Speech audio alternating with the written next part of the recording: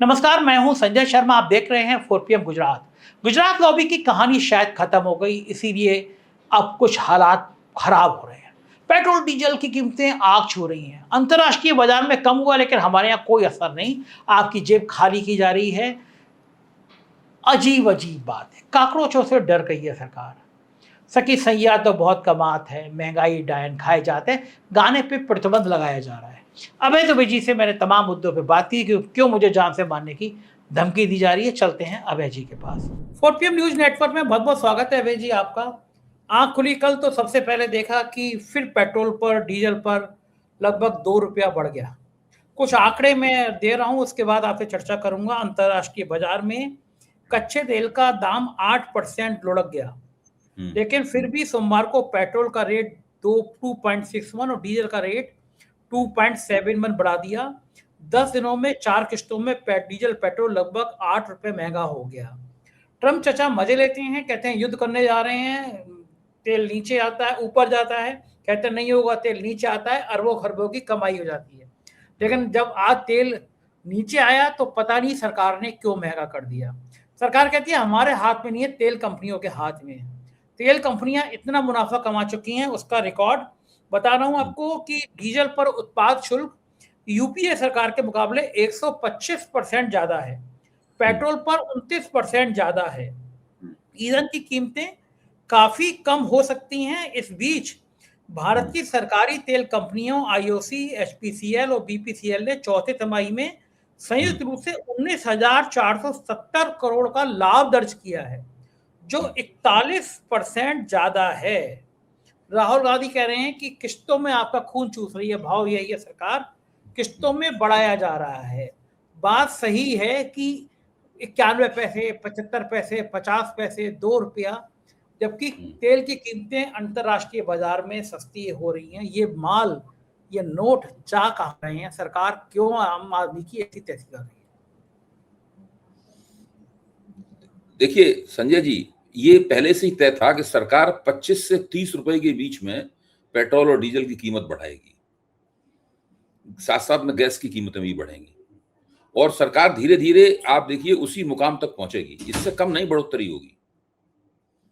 अच्छा, अब ये एक अजीब तरह का नाटक है कि कभी हम 90 पैसे बढ़ाएंगे, कभी हम 3 रुपए बढ़ाएंगे, कभी 2.25 बढ़ाएंगे, इस तरह करके हम बढ़ाएंगे और ये सारा महीने भर में ही बढ़ जाएगा पूरा।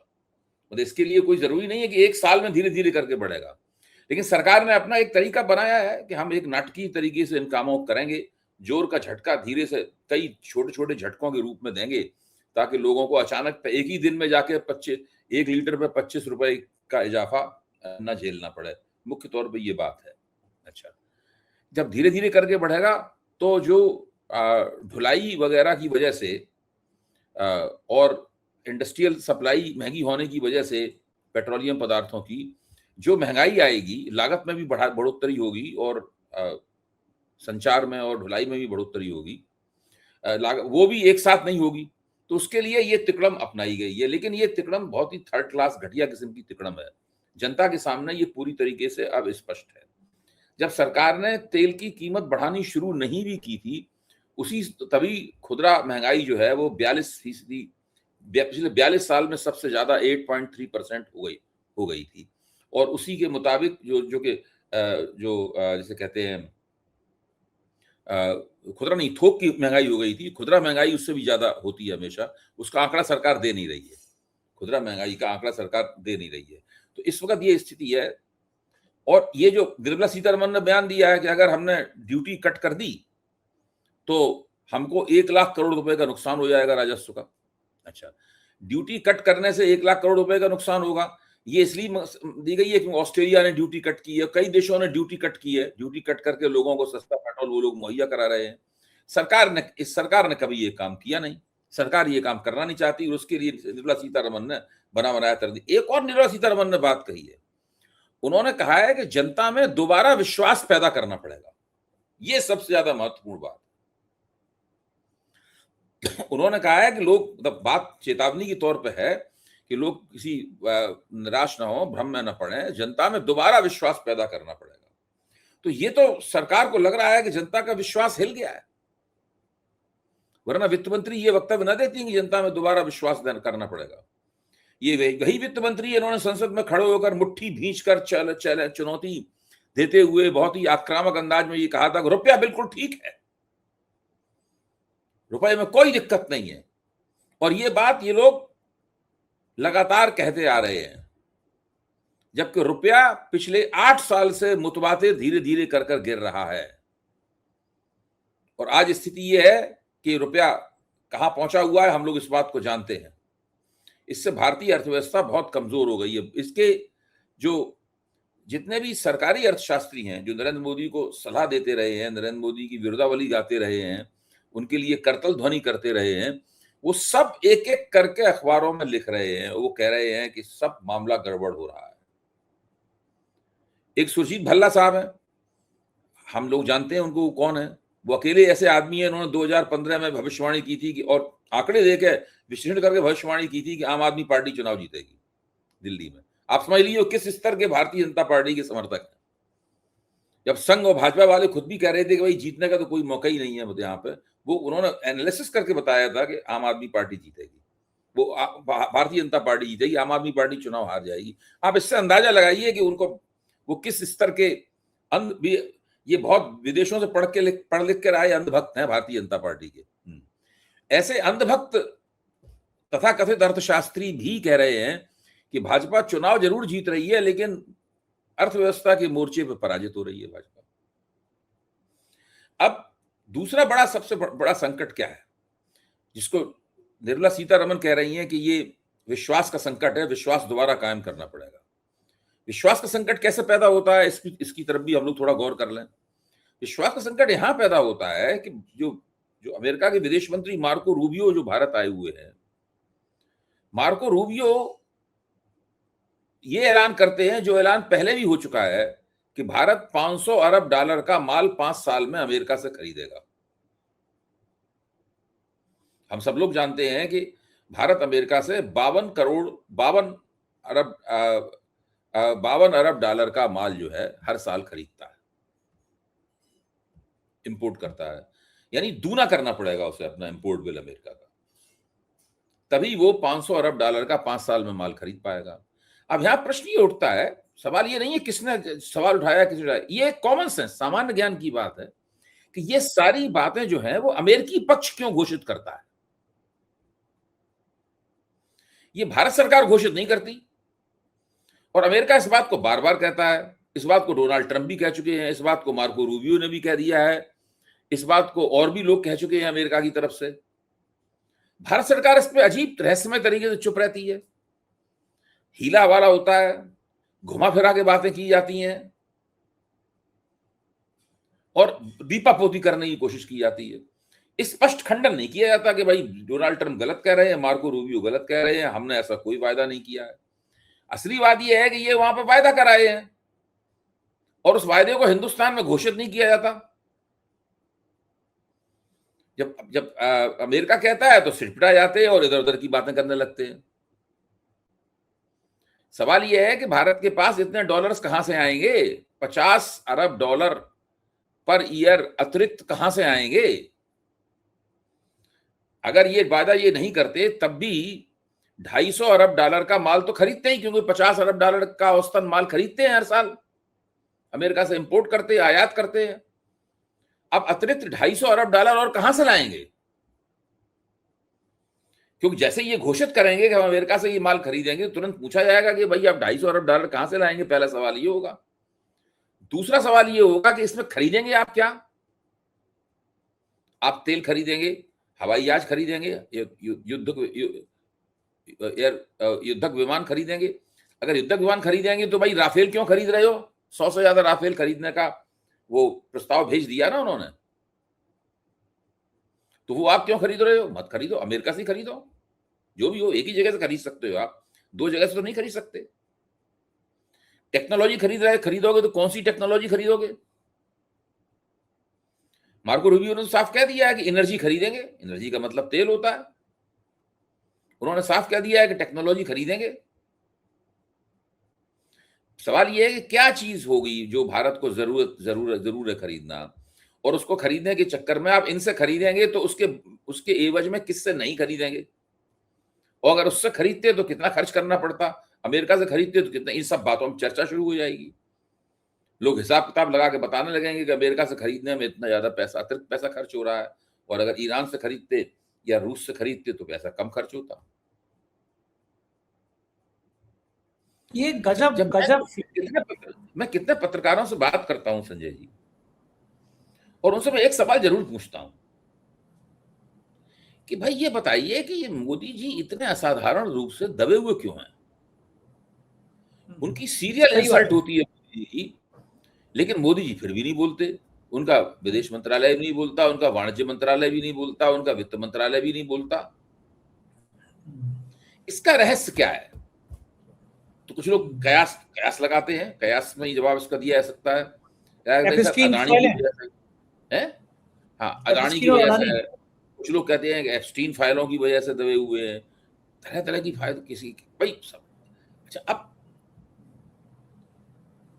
अगर एप्स्टीन फाइलों की वजह से दबे हुए हैं तो अभी कहीं ना कहीं दुनिया में अभी तक कुछ सबूत निकल के आ जाता, उसका एक तो अगर उसका एक तो कोई सुराग निकल के आ जाता ना। बहुत दिन हो गए इस बात को, अभी हाल में तो बात शुरू हुई नहीं है। यहाँ तो अदानी का सवाल है, अदानी को तो उन्होंने निकाल ही लिया वहां से, अमेरिकी शिकंजे से अदानी को तो निकाल ही लिया गया है। और मोदी जी ने सारी दुनिया में घूम घूम के अदानी के लिए जो 10 अरब डॉलर का उन्हें वहां निवेश करना है अदानी को, उसके पैसे का इंतजाम भी कर दिया है। कोई तो समस्या है ये ही सब नहीं है। तो क्यों दबे हुए हैं? आखिरकार क्या अच्छा, ऐसी बात है, समझ में नहीं आता। दबने का अमेरिका से संबंध बनाने के लिए अमेरिका से दबना और बेइज्जती बर्दाश्त करने की क्या जरूरत है? ठीक बात है, रूस और ईरान से सस्ता तेल मिल रहा है। अमेरिका बहुत ताकतवर देश है। डोनाल्ड ट्रंप बहुत आक्रामक स्वभाव के राजनेता हैं, वो अपने सामने किसी की लगने नहीं देते, सुनने नहीं देते। थोड़ा बहुत उनके साथ चालाकी और होशियारी और कुशलता के साथ बात करनी पड़ेगी, इससे मैं सहमत हूं। मैं ये नहीं ईरान ने मानता ठीक हूं कि कर दिया है। डोनाल्ड ट्रंप पे डंडा लेके टूट पड़े, मतलब इससे कोई फायदा नहीं होने वाला है। लेकिन उसकी एक हद है भाई, अपने से ताकतवर आदमी से हम कैसे डील करेंगे? कि हम पूरी तरीके से अपना अपना सम्मान ताक पर उठा के रख देंगे और उससे रोज बेइज्जती करवाएंगे अपनी? कि और भी कुछ तरीके हैं बातचीत करने के? तो ये एक बात जो है समझ में नहीं आती। ठीक बात है। और डेमोक्रेसी का तो ये हाल हो गया है, काकरोच पार्टी ने ऐसा काकरोच बन के तूफान मचा दिया है, सरकार डर गई है। आप देख रहे हैं उनका ट्विटर अकाउंट बंद, सोशल मीडिया अकाउंट बंद, फर्जी बातें उनके बारे में कि साहब जॉर्ज सोरोस फंडिंग कर रहा है, विदेश से लोग आ रहे हैं। उन्होंने सब डेटा दे दिया कि भाई ये तो भारतीय हैं। ये तो पार्टी का इतनी तेजी से उदय हुआ है, करोड़ों करोड़ों उसके फॉलोअर सब्सक्राइबर। अब तो वेबसाइट भी ब्लॉक कर दी शायद। तब भी वो नहीं बना लेते, और नहीं पर नौजवान टूट पड़ते हैं, फिर उतने हो जाते हैं।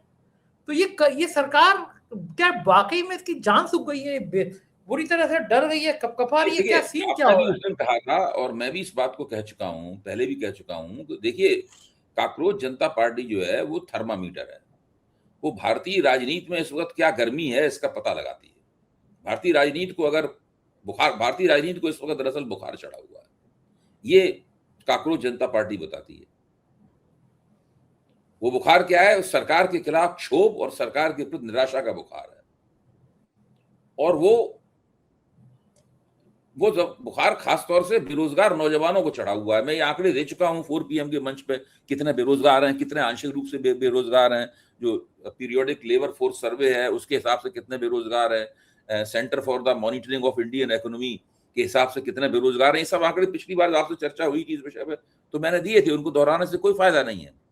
अच्छा, अब सरकार उसका दमन कर रही है, काकरोच जनता पार्टी का दमन कर रही है, अभिजीत दीपके का दमन कर रही है सरकार। दीपके का साफ कहना है अगर मैं हिंदुस्तान गया तो मुझे जेल में डाल दिया जाएगा।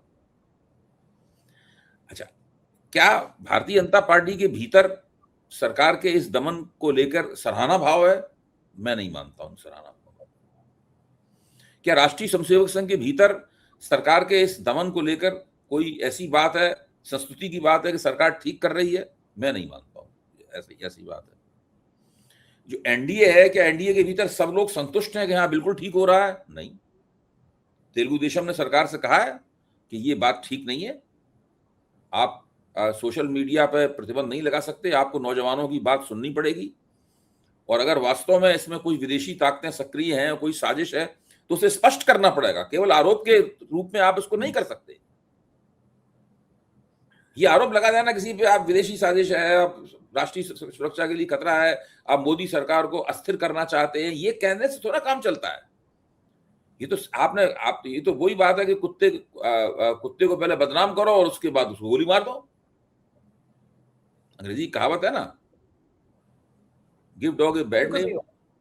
तो वो कुत्ते को बदनाम करो और उसके बाद में उसे गोली मार दो। ये उस प्रकार का पूरी कार्रवाई हो रही है। लेकिन इन्हें ये पता हो, इन्हें नहीं पता। अभिजीत दीप के साफ तौर पे कहते हैं, हम कोई श्रीलंका और नेपाल वाले लोग नहीं है। हम लोग लोकतंत्र और शांतिपूर्ण बात में विश्वास करने वाले हैं। हमारा वो नहीं है मॉडल जो उनका मॉडल है। और जो वहां हुआ जेन जी के जो विद्रोह हुए, इसमें नेताओं को दौड़ा के पीटा गया, उनको लातें मारी गई और सब सत्ता के जो वो महल थे उन पर चढ़ के उन लोगों ने हमला कर दिया, उनको ध्वस्त कर दिया। ये हमारा मॉडल नहीं है, वो साफ कह रहे हैं। लेकिन सरकार लगातार उसका दमन करने पे लगी हुई है, दमन किया जाए। साफ दिखाई पड़ रहा है सरकार को कि विश्वास की कमी है। जो वित्त मंत्री ने जो वक्तव्य दिया है, वित्त मंत्री का वक्तव्य इस बात का सबसे बड़ा प्रमाण है। विश्वास करना पड़ेगा सरकार के ऊपर, सरकार पे यकीन करो आप।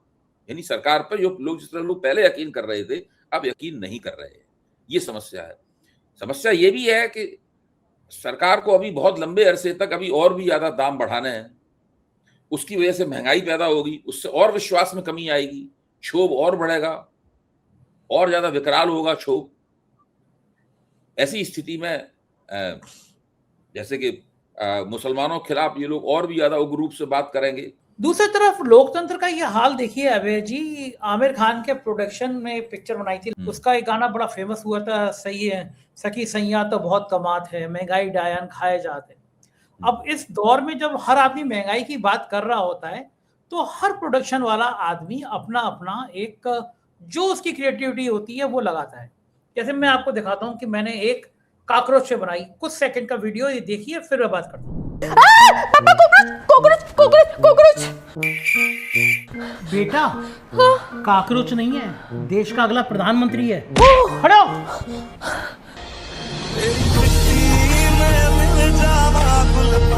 अब देखिए, जैसे मैंने ये एक काकरोच का बनाया, आपने देखा कुछ सेकंड का है और ये वायरल हो गया, लाखों लोग देख चुके थे। वैसे ये मेरी क्रिएटिविटी है कि जो मैं अपने जो नया ब्लॉगिंग का चैनल है जस्ट संजय उस पे इस तरह बना के डालते रहता हूँ। तो आमिर खान के प्रोडक्शन ने वो लगा दिया गाना, महंगाई डायन खाए जाते, और उसके बाद इतना प्रेशर आया कि वो गाना हटा दिया गया और इस गाने को प्रतिबंधित कर दिया गया। लेकिन इस देश में जब वो चीज प्रतिबंधित की जाती है तो सरकार ये सब भूल रही है कि काकरोच की तरफ फैल रही है। फिर वो जो गाना फैला, मजे की बात है, भारतीय जनता पार्टी की विधायक है मैथिली जी, उन्होंने भी गाना गाया थे, महंगाई डायन। वो गाना, मैथिली जी का गाना लोग वायरल कर रहे हैं कि वाह, भाजपा विधायक भी गाना गा रही है। पीपली लाइव का गाना है, पीपली लाइव का, सॉरी लगान कह रहा हूँ, पीपली लाइव का गाना। तो अब आप मुझे बताइए, रघुवीर यादव ने गाया है फिल्म में, बड़ा अच्छा है। रघुवीर यादव ने गाया, बड़ा बढ़िया गाना, बहुत बढ़िया। सखी सैया तो बहुत कमात है, महंगाई डायन है, बहुत ही अच्छा। तो अब आप बताइए, अब इस गाने से भी डर लगने लगा सरकार को। सरकार किससे डरेगी? यूट्यूब मेरा कहना है कि